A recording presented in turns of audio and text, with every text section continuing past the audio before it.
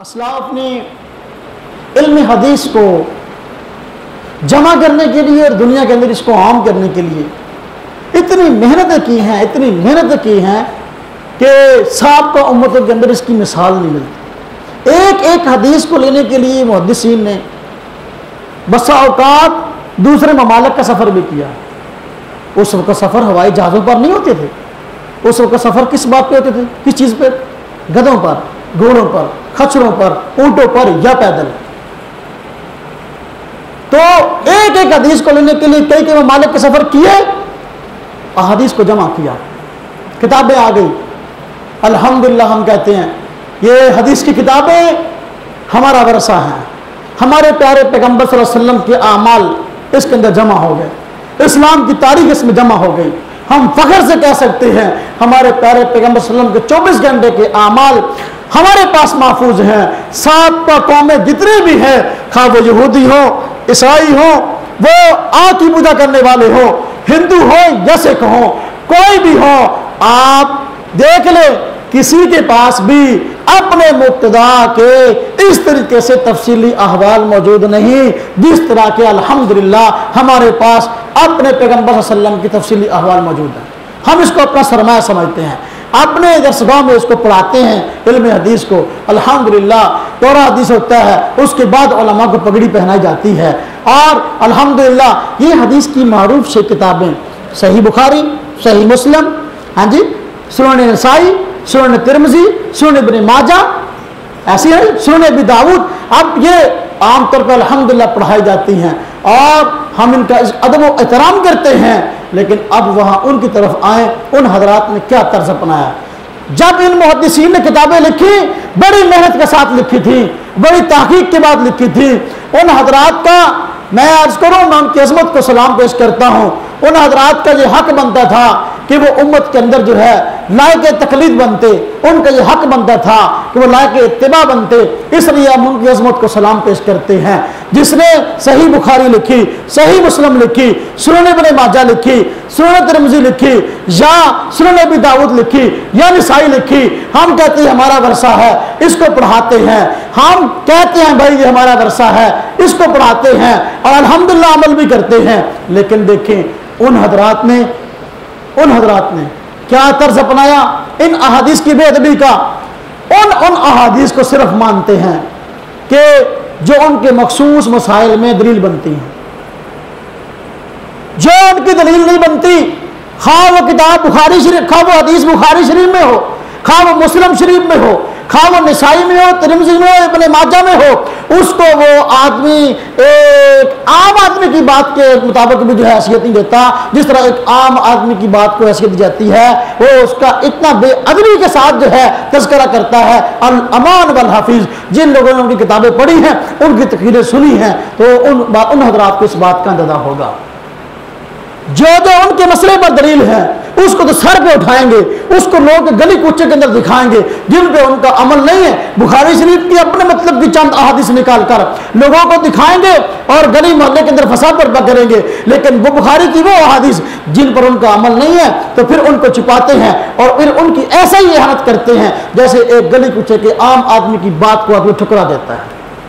कि आपने इस बात को नहीं देखा? अल्लाह की कसम हमने पढ़ा भी है, हमने देखा भी है, हमने सुना भी है।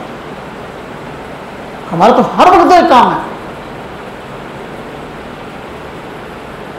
अल्लाह का शुक्र है हमारे पास जो मसाइल हैं उनके हमारे पास दलाइल हैं। उन दलाइल अल्हम्दुलिल्लाह बुखारी में भी हैं, मुस्लिम में भी हैं, बाकी सुनन के अंदर भी हैं।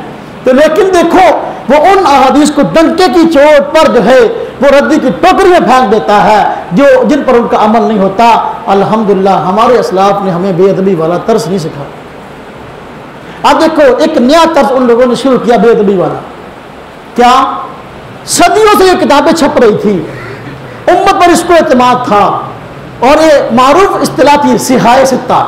मारूफ इस्तिलाह थी ना, जिसका माना 6 हदीस की मारूफ किताबें। सिहाए सित्ता केस में हदीसें भी सही हैं, हाँ चंद ज़ईफ हो तो उनका कोई इनकार नहीं करता, लेकिन ये नहीं कि बहुत बड़ी तादाद ज़ईफ की हो, ऐसा नहीं है। सुनन अरबा की बात कर रहा हूँ, बुखारी मुस्लिम की रिवायत तो वैसे सही है। अब देखें उन हज़रात ने क्या किया, नंबर 1, बुखारी शरीफ पे अब बाकायदा तौर पर मेहनत हुई है। क्या मेहनत? कि इसकी अहादीस पर एतमाद उठा दिया जाए। एक आदमी हुआ मशहूर गैर मुकल्लद नासरुद्दीन अलबानी के नाम से। अब उसने ये मेहनत की है और ऐसी टीम तैयार की है, अब भी वो टीम मौजूद है, अरब ममालिक में भी है, यहां पाकिस्तान में भी है, उसी किताबों को तर्जमे कर रहे हैं। अब बुखारी शरीफ की हदीस भी वो काबिल एतमाद है जिसको नासरुद्दीन अलबानी सही कहता है। जिसको नासरुद्दीन अलबानी सही नहीं कहता उसको काबिल एतमाद मानते ही नहीं है। अब गोया बुखारी शरीफ की वो हदीसें जो सारी सही थी, नासरुद्दीन अलबानी की 14वीं सदी के अंदर आकर 15वीं सदी के अंदर आकर उसकी तस्हीह की मोहताज हो गई। कितनी हदीस बुखारी और मुस्लिम की ऐसी हैं जिनको इसने रद्दी की टोकरी में फेंकने की कोशिश की है, अहादीस मौज़ूआ में ले गया, अहादीस ज़ईफ़ा में ले गया। फिर सुनन अरबा, सुनन नसाई, तिरमिज़ी, इब्न माजा, अबू दाऊद, ये 4 किताबें इस पे खास तौर पर निश्तर चलाए हैं। उसने हर किताब के 2 हिस्से कर दिए, हर किताब के 2 टुकड़े कर दिए। हिस्से क्या? 2 टुकड़े कर दिए। मैं कहता हूं नसाई शरीफ के 2 टुकड़े कर दिए। अपने ख्याल के मुताबिक क्या किया? एक मजमूआ अलग बना दिया, कहा कि ये सारी हदीसें सही हैं, और एक जो है वो मजमूआ अलग कर दिया, कहा कि ये ज़ईफ़ है।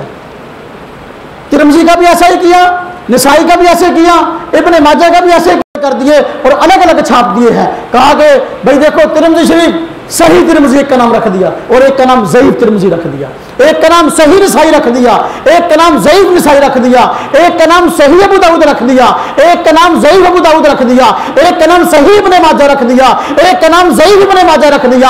आप मुझे बताएं, ये मुहद्दिसीन जिन्होंने ये किताबें लिखी हैं, क्या उन हज़रात की रूह अपनी कब्र के अंदर इस तज़व्वुल को देखकर तड़पती होगी कि नहीं देखती? ये तर्ज जो इन्होंने अपनाया, उन मुहद्दिसीन ने एक एक हदीस के लिखने पर, इसके जमा करने पर कितने ममालिक के सफर किए हैं, कितनी मुशक्कतें बर्दाश्त की हैं। ये 14 साल बाद उठा है और उठने के बाद उन हदीस के टुकड़े करके 2 हिस्सों में बांट दिया है, सही और ज़ईफ़ा, सही और ज़ईफ़ा, सही और ज़ईफ़ा।